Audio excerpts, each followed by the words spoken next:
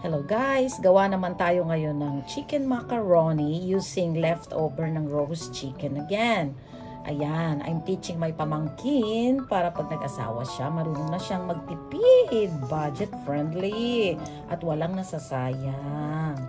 Ayan guys, himayin nyo lang. Ayan, ganyan paghimay. Medyo litan mo nga kaya yan anak. Baka mahirinan si Lola. Ay, ganun. Yes, okay. Eto tita, simot na ba to? Ay anak, oo pwede. Ngayon, gagamitin natin yan sa paggawa naman ng broth. Alam mo guys, technique yan. Alam mo bang ang mga buto-buto niyan is pag gagawin mo siyang broth, masarap yan. So wag niyo itatapon yan, gagawin nating broth yan para may soup tayo. Ang ating mga ingredients guys. Ayan. Ano ba to na? Slice. Ano ba to? Ayan. Sliced apple na medyo sprinkle with lemon para hindi mangitim. Ngayon, nilagyan ko siya ng not kamatis, this is bell pepper, red bell pepper. And then this is pipino. Ngayon, yung ating carrot.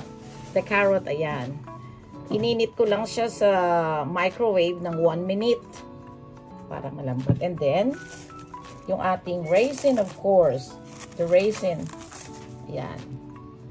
Ininit ko rin siya para lumambot siya kasi masyado siyang matigas pag bumili kayo ng dried raisins. Okay guys. Ayan. And then, yung ating onion na binanlawan ko rin sa water para hindi masyadong yung lasang sibuyas. Pero kung ayaw nyo, gusto nyo ng sibuyas, pwedeng hindi nyo na rin hugasan. Kasi sayang din ang kanyang nutrients na mawawala kapag hinugasan ng water. Ayan guys. At syempre, ang importante, hindi mawawala ang ating mayonnaise of your choice. Kipay. Yes. And then, pepper. Salt. Guys, ang aking secret ito, lagyan nyo ng konting mustard. Konti lang talaga. And of course, lagyan nyo rin siya ng pineapple for added flavor. Yan. Ilutuin nyo na rin ang pre-boiled nyo na rin yung macaroni. Ayan po. Ayan nak, start mo na. Start ka nang magtapon. Pero, kailangan parang layer ang iisipin mo para madaling maghalo. Hindi yung minsan natatambak natin sa isang gilid, sa isang banda. Naku, naparami. So, mamaya huwag mo na itong gagamitin. Hindi na. Hindi mo na siya gagamitin. Sige. Ako na lang mag-ano. Ayan, okay. Okay, yes, of course, naparami. Pero ngayon, hindi niya na uulitin yan. O, sige. Lagay niyan. Sige, kalahati lang yan. Kalahati niya, nak. Okay? Ito. Sige, kalahati ng onion. Yan. Sige. Tapon ng carrot. Sige, mga kalahati niyan. Okay? Yan. Kalahati niyan. Okay? Para pa naghahalo kayo, mabilis o yung ating chicken. Ilagay mo na. Kalahati. Ayan, a little bit of that, a little bit of this, mga ganun. Sige, lagay mo na. Lagay ka pa ng chicken na siya. Sige, apple. Chicken pa. Chicken pa konti. Tapos, try mong haluin. Wala pang macaroni? Macaroni. Sige, lagyan mo ng macaroni. Ayan. Yeah, okay. That's enough. Toss mo lang siya. Diba guys, mas madali maghalo ng ganyan paunti-unti kaysa yung ano mo lahat. Yan na. Lagyan mo ng konting yung ating secret na gagawin. Konting mustard lang. Konti lang na.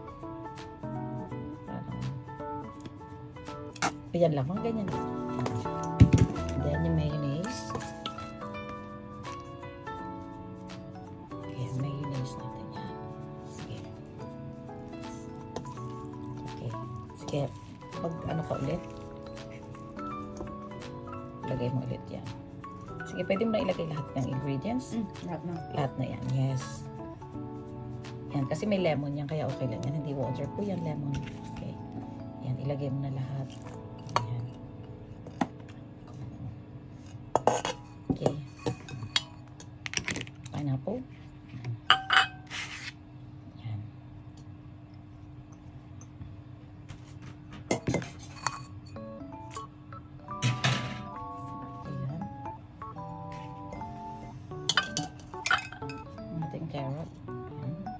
chicken. Kaya naman lahat ng chicken. O, yung ating macaroni. Lagyan mo na. Then, sige, toss it again. Para mas madali maghalo yan, guys. Yan ang technique ko. Pero depende rin yan sa inyo kung saan niyo gusto. Kung gusto nyo lahat ilagay. Sabay-sabay. Ako kasi parang layered ba? Para madali mo siyang hahaluin. Ayan. Saka meron pa akong isang technique, guys. Di ba meron tayo pineapple? May juice yun. Lagyan nyo ng kaunti, hindi naman lahat. To prevent na ano siya, na mag-dry. Kasi ang pasta, yung liquid is inaano niya. Hinihigot niya, di ba? So, nada-dry siya. Tapos, lagyan natin ng mayonnaise. Mga 2 cups of mayonnaise yan. Ayan. Sige, continue toasting lang. Ayan.